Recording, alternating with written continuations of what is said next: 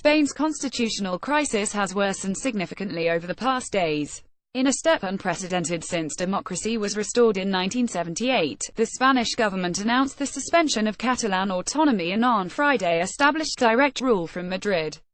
Earlier that day, the Catalan parliament approved a unilateral declaration of independence, which could trigger the imprisonment of Catalan officials for up to 30 years. So what comes next? The Spanish government's first move was to dissolve the Catalan parliament and call for a snap regional election on December 21. Catalonia now faces three potential ways to redefine its relationship with Spain, and to find a long-term solution to the conflict.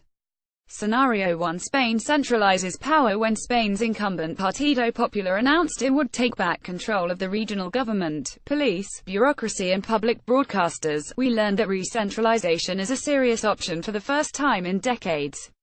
Will Spain's legalistic approach succeed? That depends on why secessionism has increased so much in Catalonia.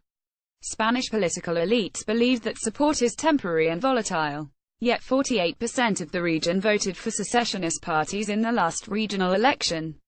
Madrid believes that sentiment doesn't go deep. Rather, this theory goes opportunistic. Catalan elites mobilized popular discontent that was simmering because of the 2008 global economic crisis and corruption scandals affecting politicians linked to the central government and even the monarchy. If that's the situation, the best response would be to wait for sentiment to calm down and to crack down on the parties and associations that started the trouble by taking back control of their finances, imprisoning secessionist leaders and tying up elected officials in court.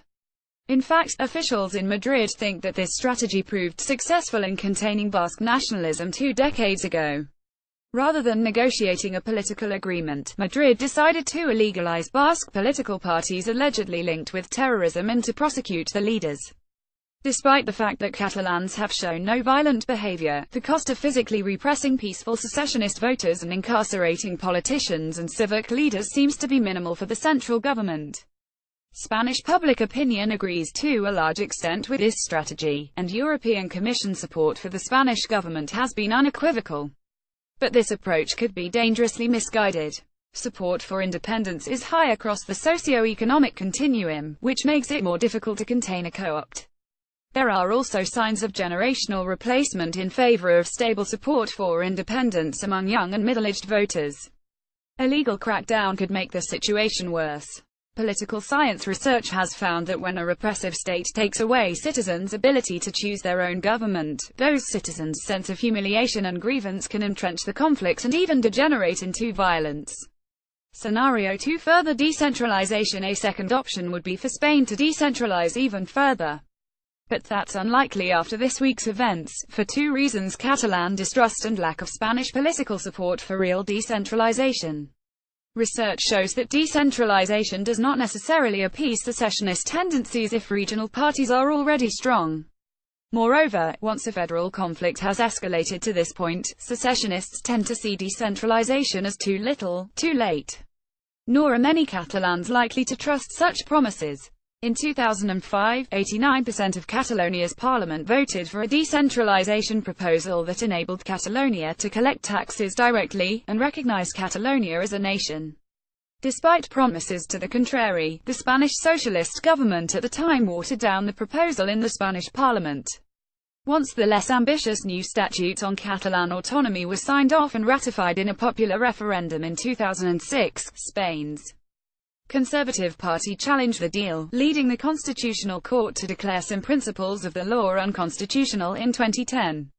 Those betrayals led many Catalans to believe Spain couldn't be relied upon to decentralize, and many turned their hopes instead toward full independence.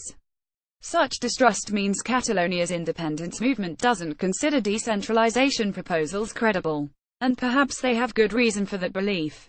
The most important step, and one that Catalans have been demanding for years, would require serious reforms in Spain's system of fiscal management. While each region has a great deal of responsibility for managing public services such as health and education, regions have limited powers to raise and handle tax revenue. Comparative research shows that this mismatch is correlated with deficits, inflation and poor economic performance. While other countries see this mismatch, Spain's is more extreme. The imbalance between the services that Spanish regions have to manage and the tax revenue that they can actually handle on their own is 30% higher than states and regions in other decentralized countries such as Germany, Switzerland, the United States and Canada. This mismatch is one of Catalonia's grievances, giving regional elites credible reasons to blame the central government for failing to allocate resources better across regions. But Spain is unlikely to propose such reforms. Only very deep political decentralization, in which regions can shape national policy, is effective to improve governance. Unfortunately, Spain scores relatively low in that kind of power, due to a powerless Senate and an electoral system that favors national majorities. A more decentralized fiscal federal arrangement, a reform of the Senate and the electoral system are not in the agenda of any national party. The only decentralization formulas that are known to be effective for this kind of conflict are perhaps too deep to be realistic. Scenario 3: Legal referendum. The imposition of direct rule and lack of international recognition make unilateral independence an unrealistic scenario. But Catalonia might continue to seek another option, a legally binding referendum, like Scotland in 2014 and Quebec in 1995. In a survey this year, 72% of Catalans supported this option. Would Spain agree to recognize such a referendum? Doing so would require a radical change of attitude within the central government, and constitutional reform. A majority of Spanish citizens reject the idea of a referendum. Holding an independence referendum would be extremely complicated and may only be possible with international mediation. All parties would have to debate and agree what would establish a valid outcome. Would the requirements include minimal turnout levels? Would a simple majority or a supermajority be required? Of course, any such requirements would have pros and cons. A requirement for an unusually high level of turnout could prompt some factions to try to keep voters from the polls. Requiring only that the independence faction achieve a 60% majority, meaning that if 57% voted for independence, Catalonia would remain part of Spain, could exacerbate the feelings of grievance that led to the current crisis. If none of the previous scenarios generates enough support in the upcoming regional elections, the last option for Catalonia will unfortunately be deadlock and social chaos. Allowing bloodshed in one of the wealthiest regions in 21st century Europe would mean a dramatic political failure. To avoid that result, discussion of realistic ways forward needs to start before it is too late. Sergi Pardo is Associate Professor in Politics at Merton College at the University of Oxford. He tweets at Sergi Pardos.